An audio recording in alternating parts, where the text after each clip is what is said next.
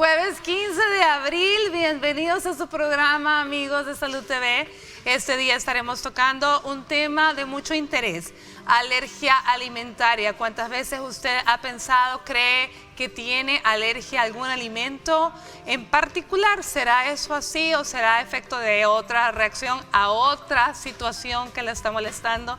Eso vamos a estar aprendiendo el día de hoy con nuestros invitados. Veamos la cápsula y luego les cuento con quiénes estaremos.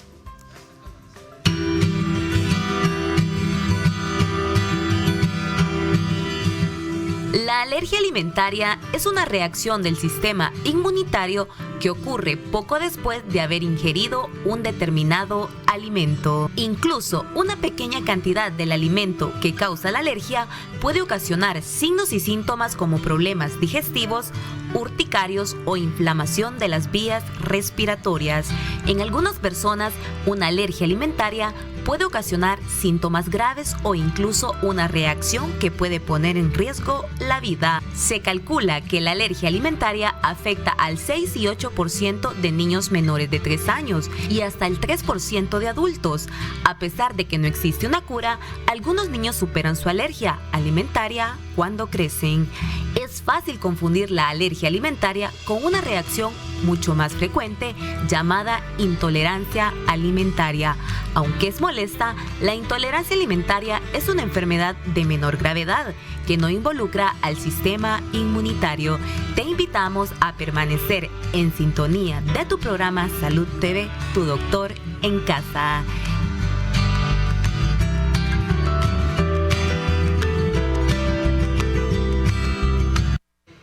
Bueno, ahí tengo el placer de estar muy bien acompañada con el doctor Héctor Guidos, nuestro amigo alergólogo pediatra. ¿Cómo estamos, Héctor? Bien, súper bien, gracias. Agradeciendo de nuevo la invitación de Salud TV y tratando de solventar las dudas de la teleaudiencia a la orden. Este hombre anda corriendo todo el tiempo de un lado a otro, como la gran mayoría de colegas, ¿verdad? Que andan para allá y para acá, pero muchísimas gracias de verdad por habernos brindado tu presencia este día. Gracias, gracias. Bueno, a ver, Héctor, definitivamente uno de los problemas es bien frecuente que los papás cuando tienen los niños chiquitos y empiezan a introducir alimentos, pues empiezan con los temores, ¿será que le va a dar alergia? ¿Cuáles son los alimentos que van a dar que son más alergenos? En fin, vamos a estar hablando de eso contigo. Se incorpora también con nosotros vía Skype la licenciada Rina Parada, nutricionista. ¿Qué tal, licenciada? ¿Cómo está? Muy buenos días, un placer y un gusto estar acá.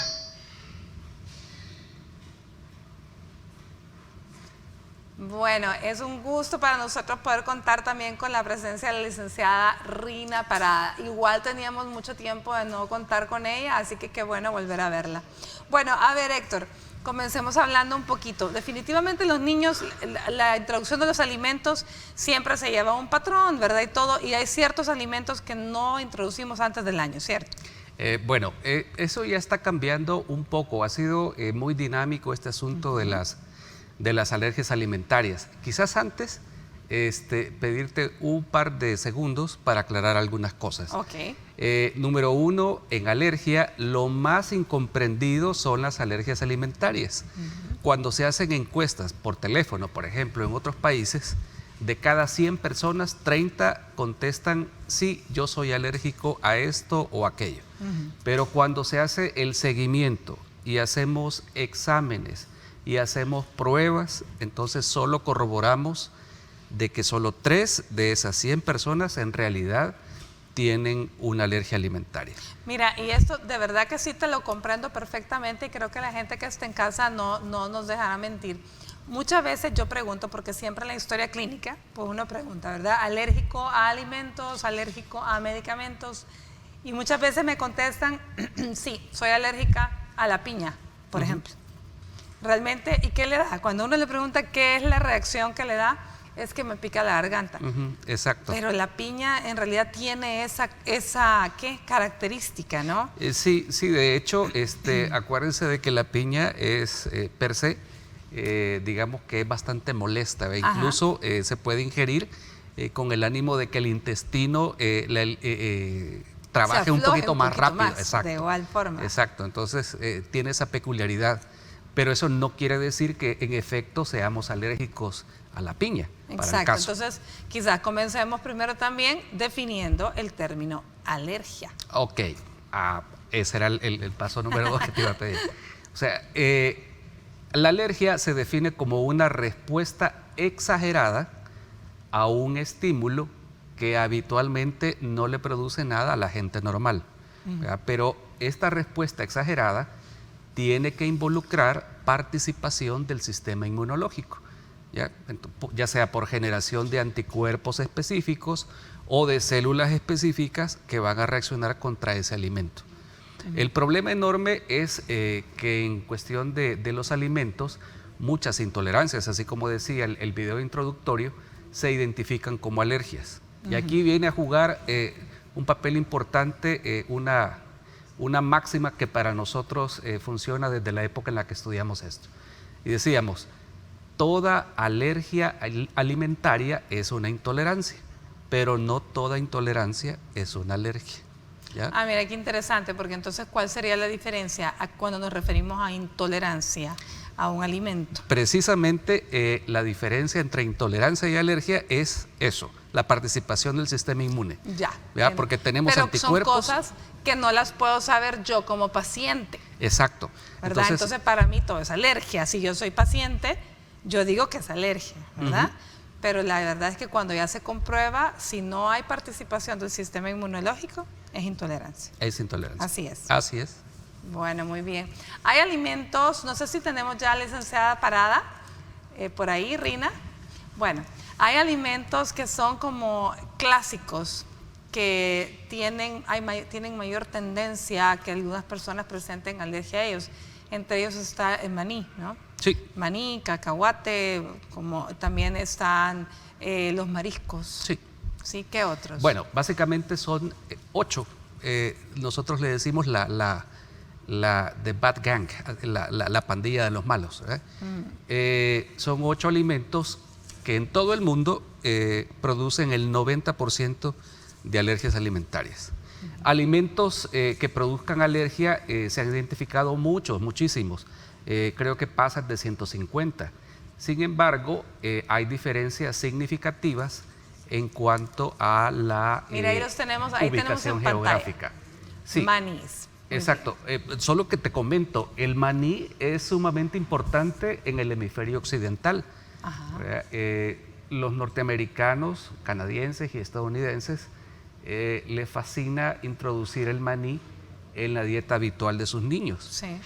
Comparativamente, los chinos consumen la misma cantidad de maní, pero la preparación es distinta. ¿Ya? Los norteamericanos consumen mucha mantequilla de maní, sí, y los chinos consumen mucho maní frito. Maní frito. Okay. Entonces, la tasa de alergia a maní en chinos es significativamente más baja. Entonces, sí tiene que ver incluso el modo de preparación del alimento. Porque siempre las alergias son dirigidas contra una proteína, y hay proteínas que son termolábiles, o sea que se arruinan con el la calor, temperatura. y hay proteínas que son termoestables, que a pesar de que se cocine el alimento, siempre va a seguir dando problemas. Y esto con el maní podría ser que, porque en China se consume frito, ahí tenga que ver también la temperatura. Exacto. Y esto, por eso es que la incidencia de alergia es mucho menor, podría Exactamente. Y así hay diferencias geográficas significativas. Por ejemplo, en Israel tienen mucha alergia a sésamo. Cualquiera que oiga este nombre va a decir, no, pero eso es saber qué es, aquí no hay. Y yo le voy a decir, sí, aquí sí hay, el ajonjolí. Es el ajonjolí famoso. Exacto. Y en Francia, por ejemplo, hay mucha alergia a la mostaza, que es una cuestión que aquí casi no se diagnostica. Sí, realmente alergia a la mostaza yo nunca he escuchado a nadie, por lo menos acá. Y esta cuestión de la alergia alimentaria sí nos puede jugar a veces malas pasadas, incluso a nosotros los alergólogos. Te cuento un caso, por ejemplo, un niño, el papá era piloto y fue contratado por una aerolínea del Oriente Medio, se mudaron para allá, y la primera vez venía a visitar a sus abuelitos, y comenzó con ronchas. le dimos manejo de urticaria aguda, pero la roncha no se iba.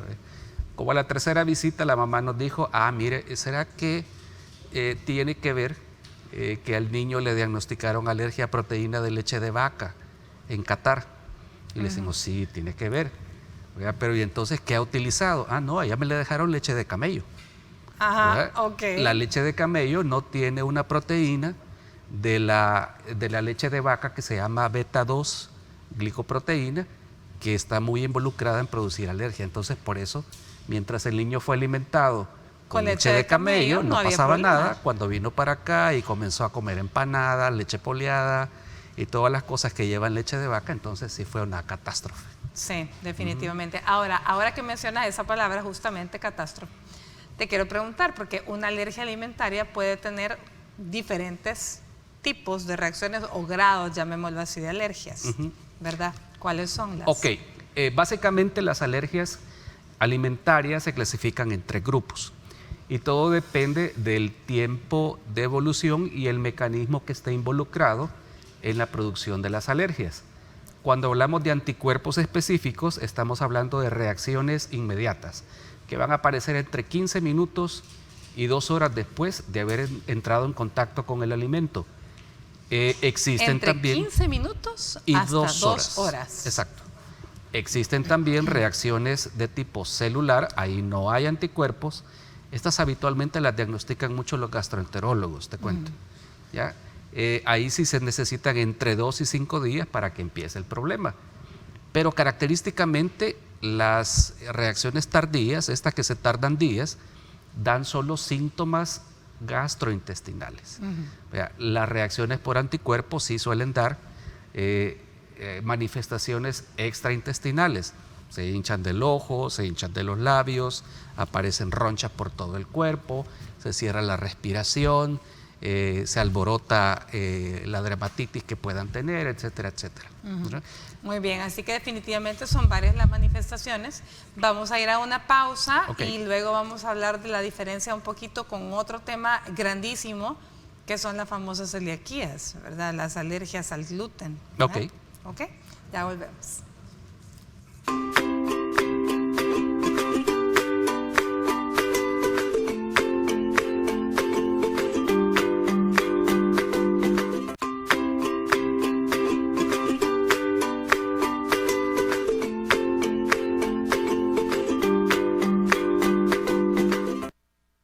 Gracias por continuar con nosotros. En este día estamos conversando acerca de las alergias alimentarias y me gustaría que veamos la siguiente nota.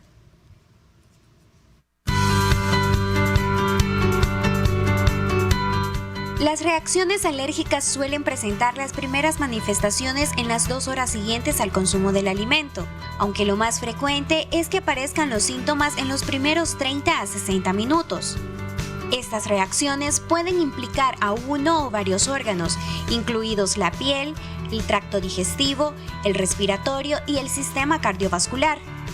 De la reactividad del órgano afectado y de las características del alérgeno, factores externos como la toma de medicamentos antiinflamatorios esteroideos, la realización del ejercicio físico o el consumo de alcohol pueden agravar las reacciones. Las principales manifestaciones que pueden aparecer son las siguientes. Todas pueden desencadenarse asociadas o de forma aislada.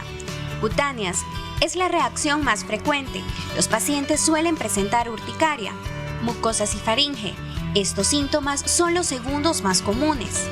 Por último, se encuentran los síntomas relacionados con el aparato digestivo que incluyen diarrea, dolor abdominal, vómitos y náuseas. Otros síntomas son el picor en la boca, la garganta, los ojos, la piel u otra área, dificultad para deglutir, mareo, desmayo, hinchazón de los párpados, la cara, los labios y la lengua o rinorrea.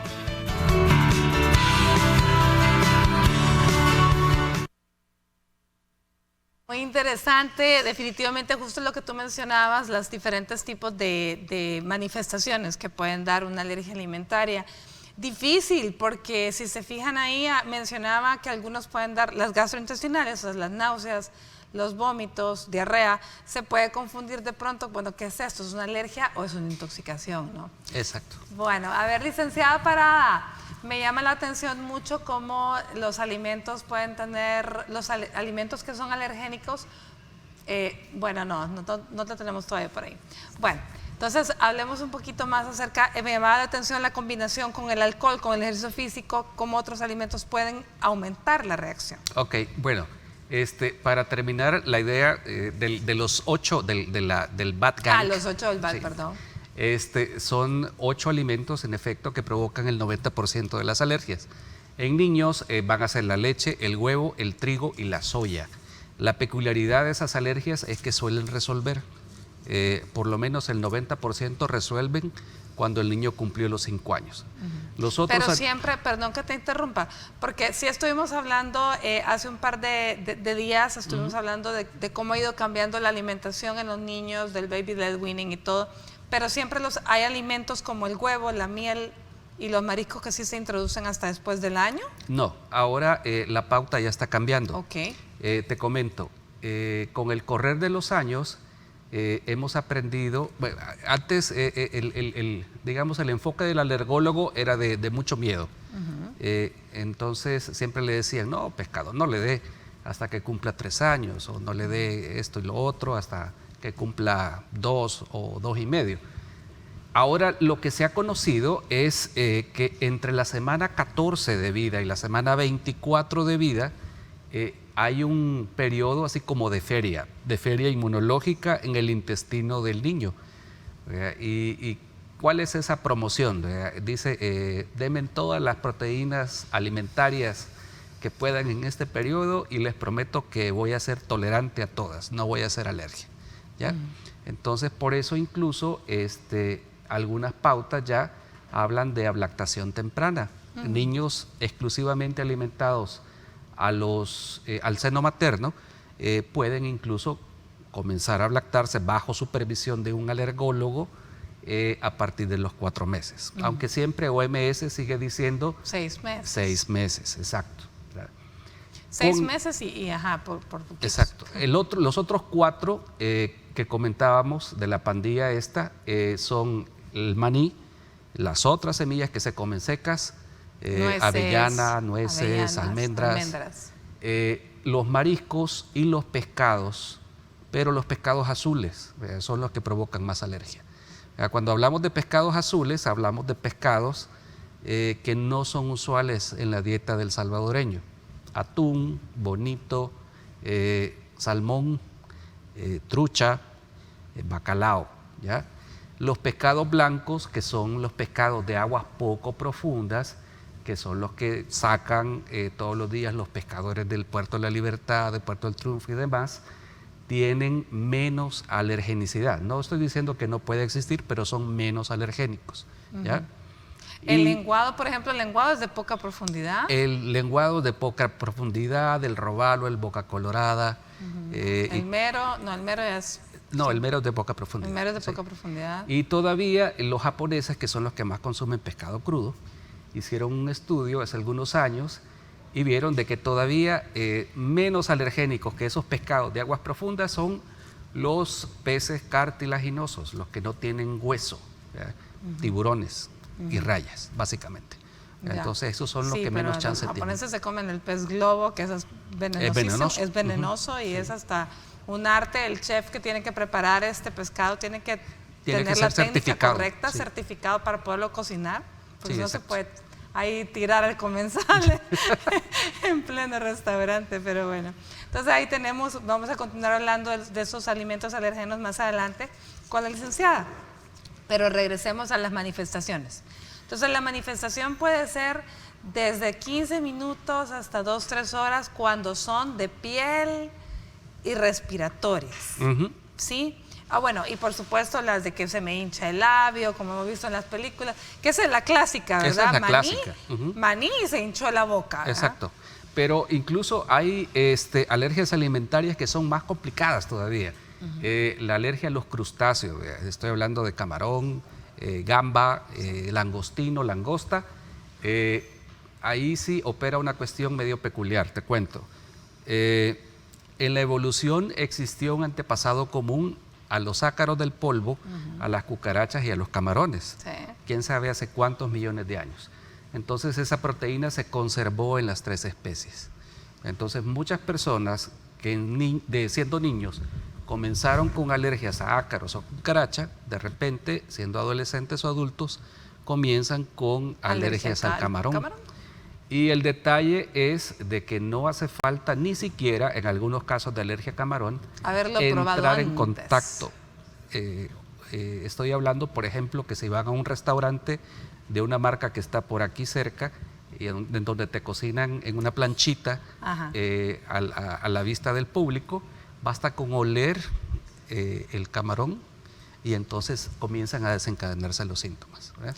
Mira, es bien interesante y bueno, te comento, yo tengo, uno de mis hijos es alérgico a los ácaros y precisamente ya se me había platicado esto, ¿verdad? Habíamos hablado de esto, de la posibilidad de la alergia al camarón.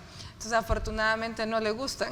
Okay, bueno. Entonces me dicen, no soy alérgico, no voy a probar. Y yo, mejor que siga así. Pero ahora que me mencionas que incluso respirando el olor puede desencadenar la alergia. Todavía peor porque ya se han dado casos también de besos. O sea, yo soy alérgico a camarón y no como camarón, pero mi novia de turno sí acaba de comer camarón y no se lavó la boca y me da un beso, entonces me da, ¿ya? Oh, qué interesante. A través de coito también puede pasar, ¿verdad? Puede existir excreción de proteínas de alimentos a través de las secreciones vaginales o del semen en el caso del chico. Bueno, de verdad que muy interesante y de mucho cuidado.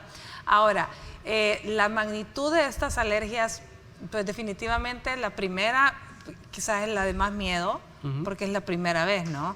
Generalmente va a terminar necesitando una emergencia, asistir a una emergencia el paciente.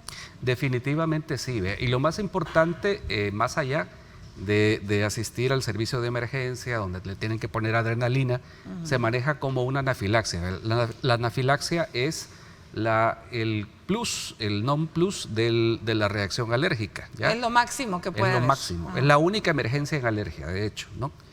Entonces ahí sí hay que poner adrenalina, le ponen esteroides en la venita, le ponen antihistamínicos también, pero no únicamente tienen que quedarse con eso.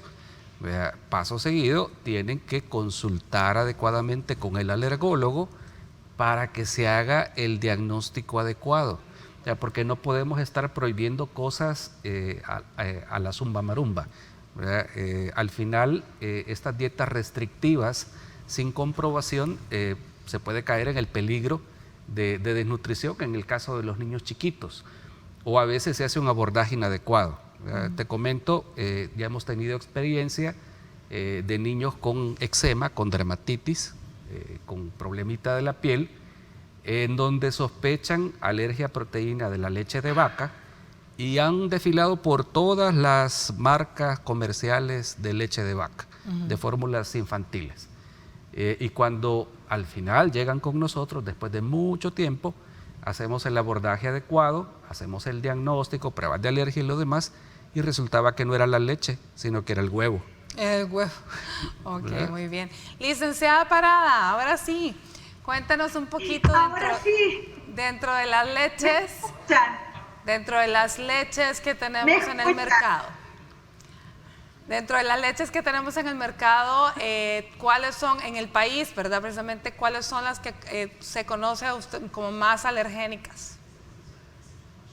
Bueno, hablando de los alimentos más alergénicos, el doctor ahí ya citó los más comunes, pero la leche de vaca es la leche más alergénica porque su composición no es para un humano, es para un becerro, es para otro ser vivo. Entonces esa es una de las principales razones por las cuales produce alergia.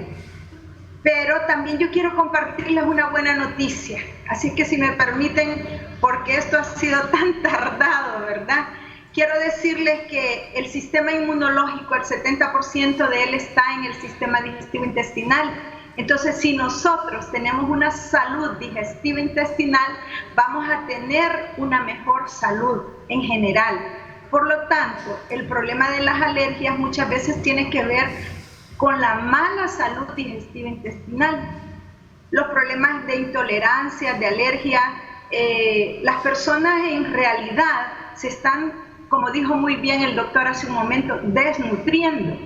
Y he tenido algunos pacientes en los últimos meses con este problema en la pandemia. Lo que más padece la gente ahora es del sistema digestivo intestinal.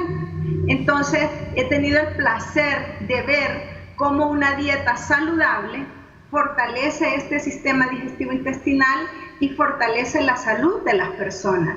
Entonces, nosotros tenemos que tratar también de estar alimentándonos para nutrirnos bien. No solamente evitando algunos alimentos, sino que fortaleciendo nuestro sistema inmunológico por medio de los alimentos. Por supuesto que van a haber pacientes, como muy bien debe tener experiencia el doctor, que sí son intolerantes o que tienen alergias alimentarias a algunos alimentos, pero la mayoría de las personas no es así, es porque tienen una alimentación deficiente en nutrientes y es por eso que su organismo no trabaja bien.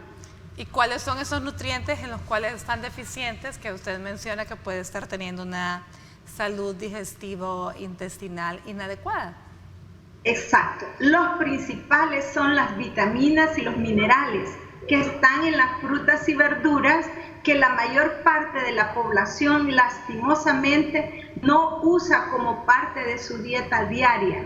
Hay muchos mitos sobre las frutas y verduras, que no se comen a tal hora, que esto, que lo otro, pero en realidad, en base a mi experiencia, puedo compartirles que hay un cambio increíble en la salud de las personas cuando ellas comienzan a comer de todo lo que su organismo necesita, a tolerancia, por supuesto, ¿verdad?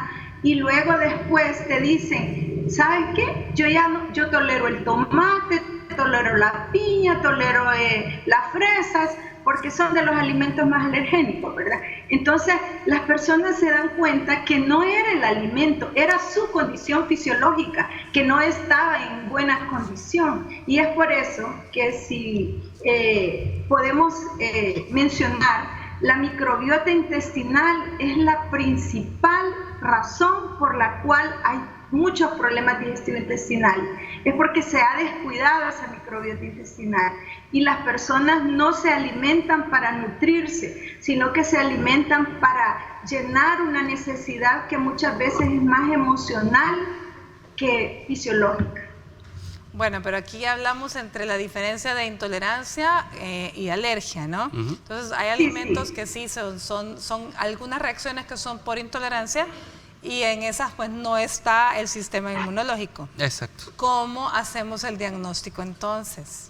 Bueno, solo para comentarte, la famosa intolerancia al gluten es mal identificada como alergia al gluten, ¿no? Ajá. Pero ahí ocurre una reacción de tipo autoinmune. Es no otro pisto, le llaman. Esa es harina de otro costal. A los estudiantes yo les digo, hay dos formas de que tu sistema inmunológico trabaje. Trabaje de forma anómala.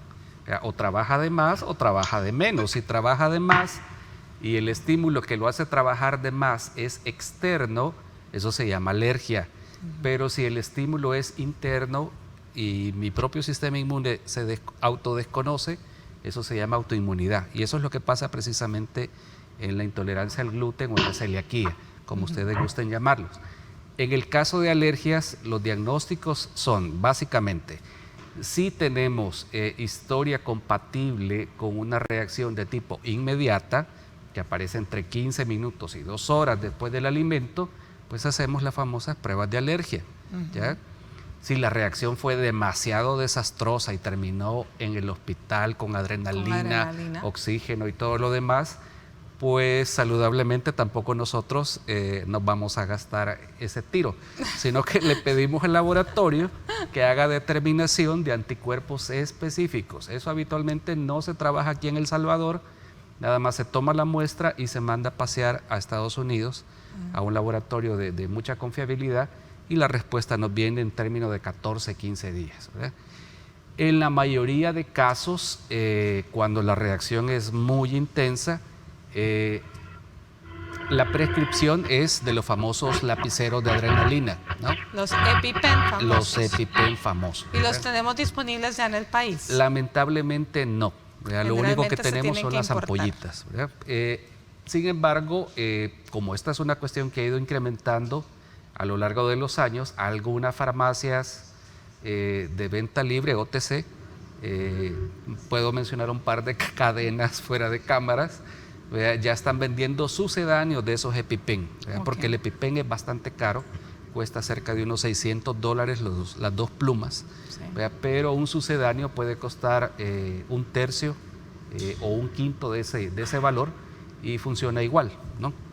No, y esto es la famosa jeringuilla precargada en forma de bolígrafo con adrenalina, ¿no? Exacto. Que tiene el paciente que ya sabe, que ya conoce que es alérgico a cualquiera de estos y por cualquier eventualidad, pues se lo ponen a los niños en las mochilas, ¿verdad? O lo andan en su cartera, la señora, porque definitivamente usted no sabe en qué momento puede tener una reacción desastrosa si entra en contacto con uno de estos alérgenos, ya sea por alimentos o en el caso de los niños es bien frecuente por las picaduras de abeja, sí, de avispa. Sí. Bueno, y lo que se está viendo ahorita, sobre todo, te mencionaba de formas no habituales de evocar respuestas alérgicas a alimentos, como los besos o las relaciones sexuales. También. Incluso se ha visto casos tan graves, por ejemplo, veíamos ahí una cápsula de que estas reacciones se pueden incrementar con el ejercicio. Fue famoso hace unos 20 años, cuando yo empezaba en esto, que un jugador de color de básquetbol era alérgico al maní, y alguien que había comido mantequilla de maní embadurnó la pelota de básquetbol con mantequilla de maní. Entonces hubo una anafilaxia y hubo problemas. ¿Ya? Bueno, vámonos a una pausa comercial, ya eso entra dentro de la ¿qué? Categoría de delito. Casi. Bueno, vámonos a una pausa y volvemos.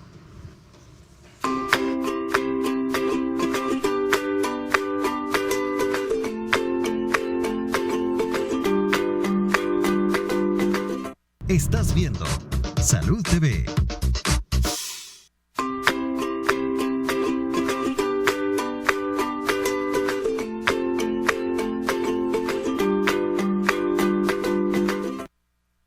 Bueno, muy buen provecho a usted que está almorzando. Gracias por acompañarnos. Espero que usted no sea una de esas personas que tienen la desgracia de ser alérgico a ciertos alimentos, porque definitivamente que es un problema. Bueno, estamos con el doctor Héctor Guidos, alergólogo pediatra, y tenemos a la licenciada Rina Parada vía Skype.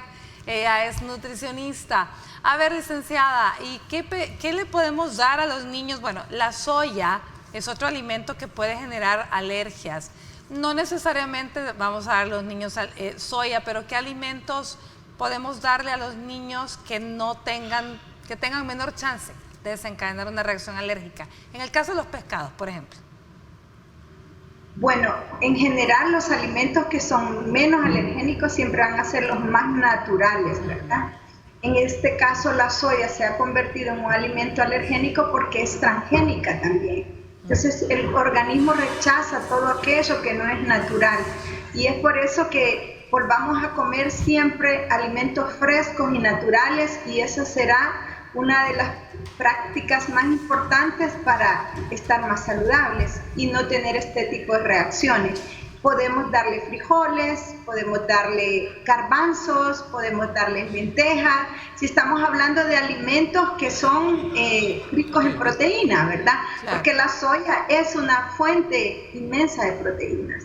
Entonces podemos darle siempre alimentos vegetales que contengan un gran valor proteico. También pueden consumir alimentos animales, pero tratar la manera siempre de incluir en esa dieta más alimentos naturales de tipo vegetal y menos alimentos de origen animal, sobre todo en los niños, porque los niños es donde estamos formando los hábitos. Entonces, si nosotros estamos formando hábitos y no le damos los alimentos naturales, los niños crecen sin tener esa experiencia y dicen no me gusta, y en realidad nunca los han comido, pero no han podido experimentarlos para saber si verdaderamente son apetecibles para ellos. Con los niños es bien fácil, solo es darles el ejemplo.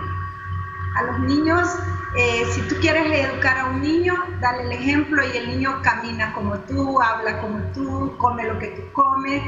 Es bien fácil, los niños son como una esponjita, absorben todo. Así que los padres en esta mediodía, tarde, les invito a que tengan buenos hábitos de alimentación, a que consuman un 80% en cada plato de comida alimentos vegetales y solo un 20% alimentos de origen animal, y verán cómo la dieta va a ser diferente y su alimentación y la salud que van a tener como familia será diferente.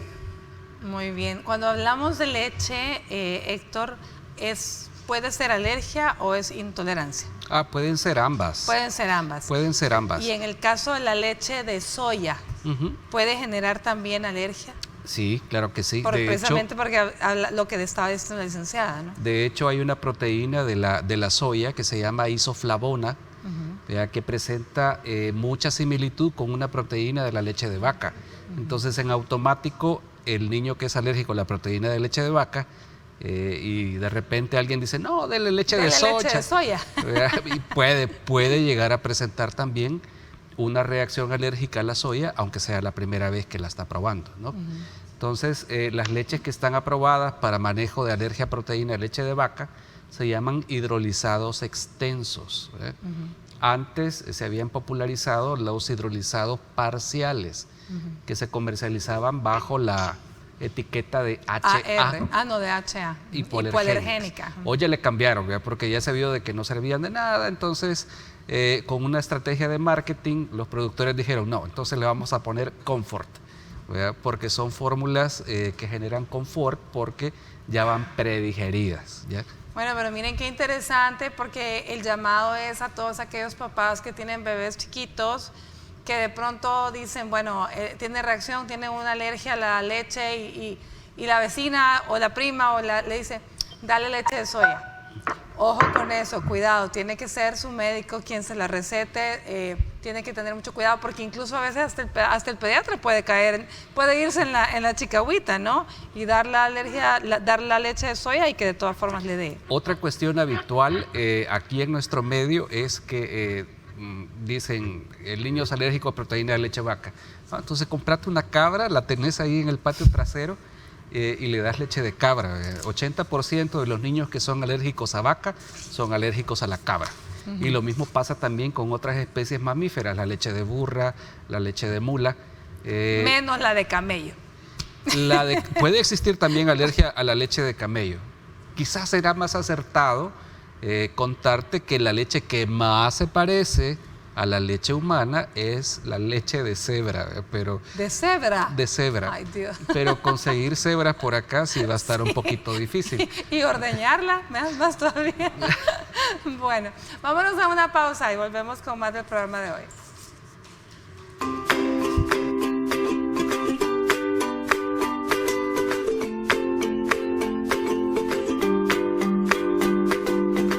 Estás viendo Salud TV.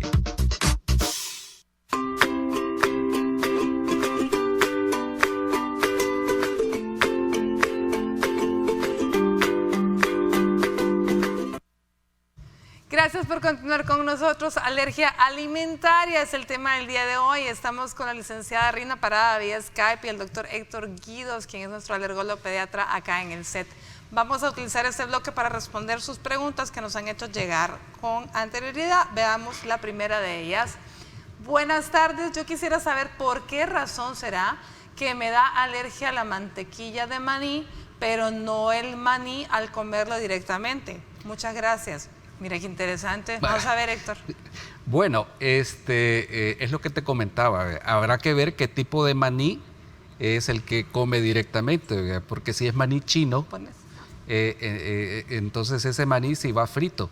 ¿El maní japonés, el que viene con cascarita? Exacto, es preparación oriental, entonces se cocina en aceite.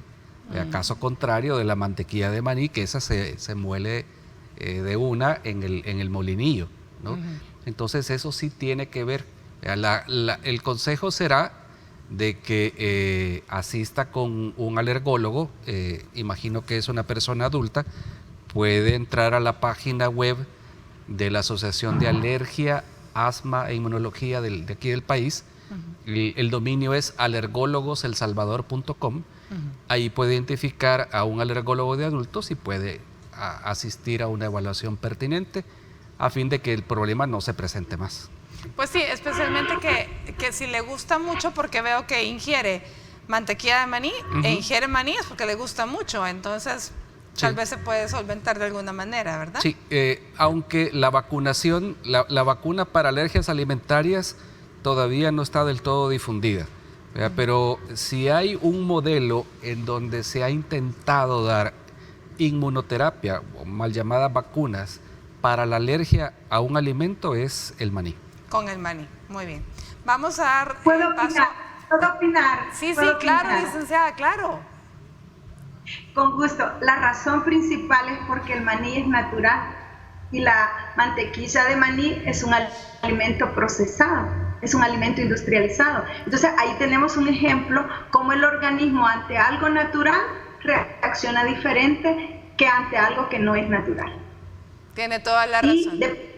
Y dependiendo de la salud que la señora tenga, digestiva intestinal, así es como reacciona también aún a alimentos naturales.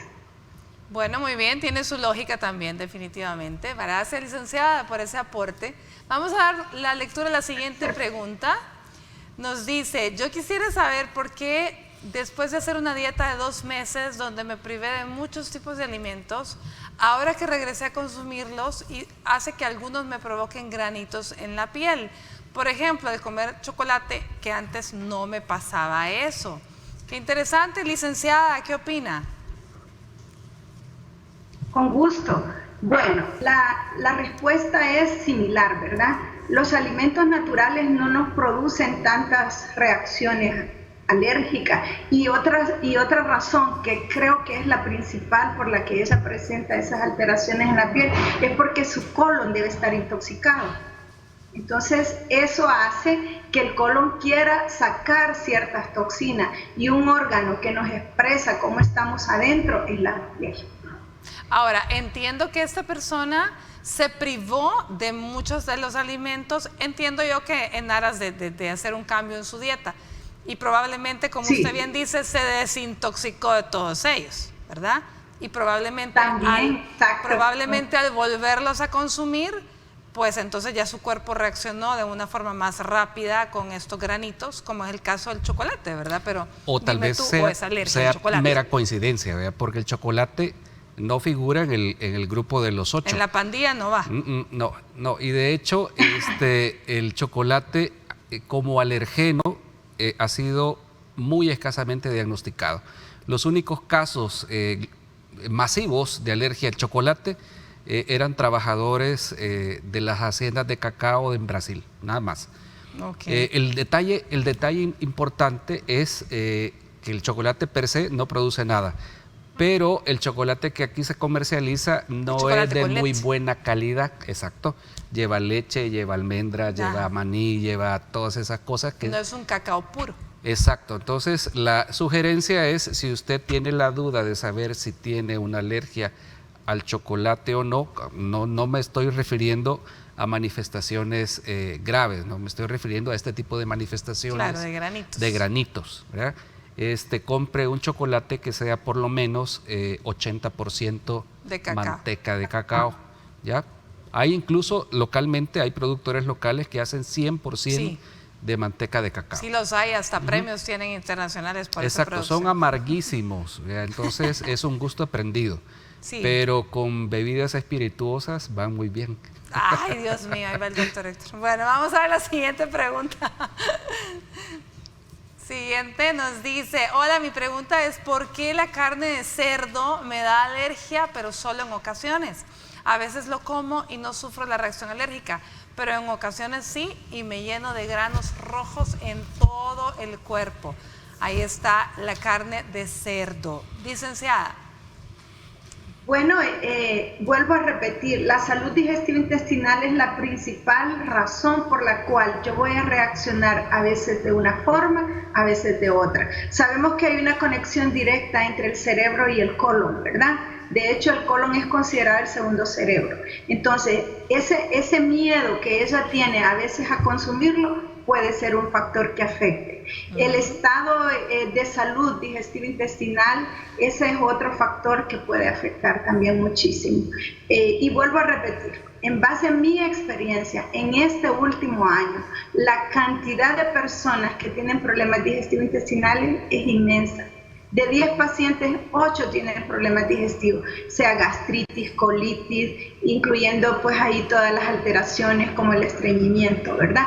Y algo que he observado yo en estos 25 años de experiencia clínica también es que las personas que tienen problemas con el colon tienen muchas erupciones en la piel.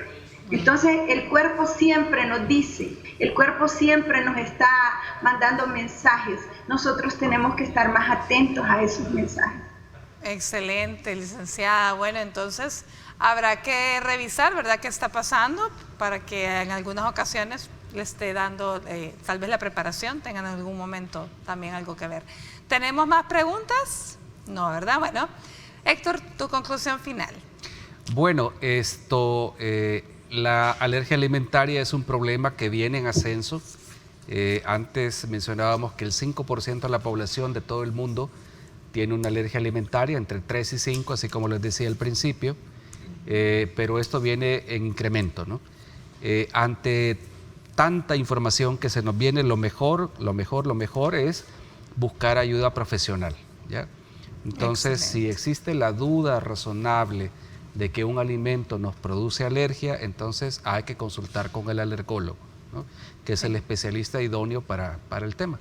Excelente, porque además pueden ser manifestaciones leves, pues realmente pueden ser manifestaciones catastróficas, así que hay que ponerse en control. Licenciada Rina, ¿cuál sería su conclusión y recomendación final? Con mucho gusto, la recomendación es sencilla.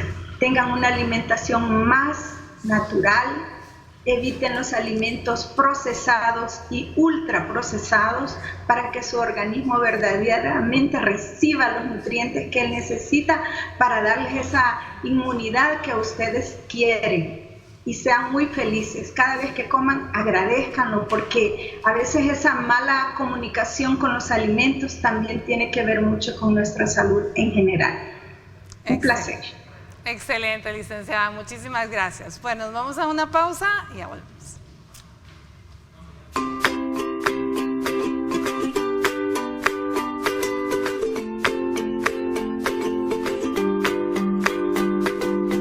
Estás viendo Salud TV.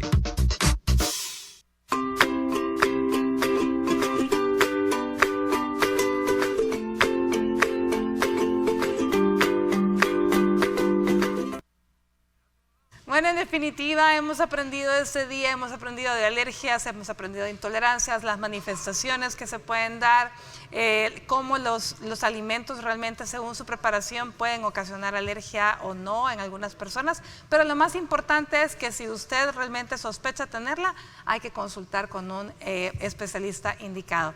Muchísimas gracias a la licenciada Rina Parada y gracias al doctor Héctor Guidos por habernos acompañado. Esperamos tenerlos próximamente por acá también.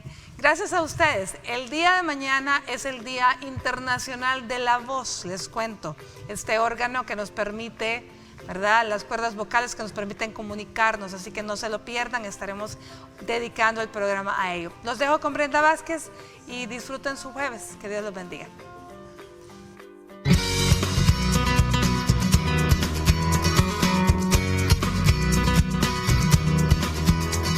Si sabes que tienes una alergia alimentaria, te recomendamos seguir estos pasos.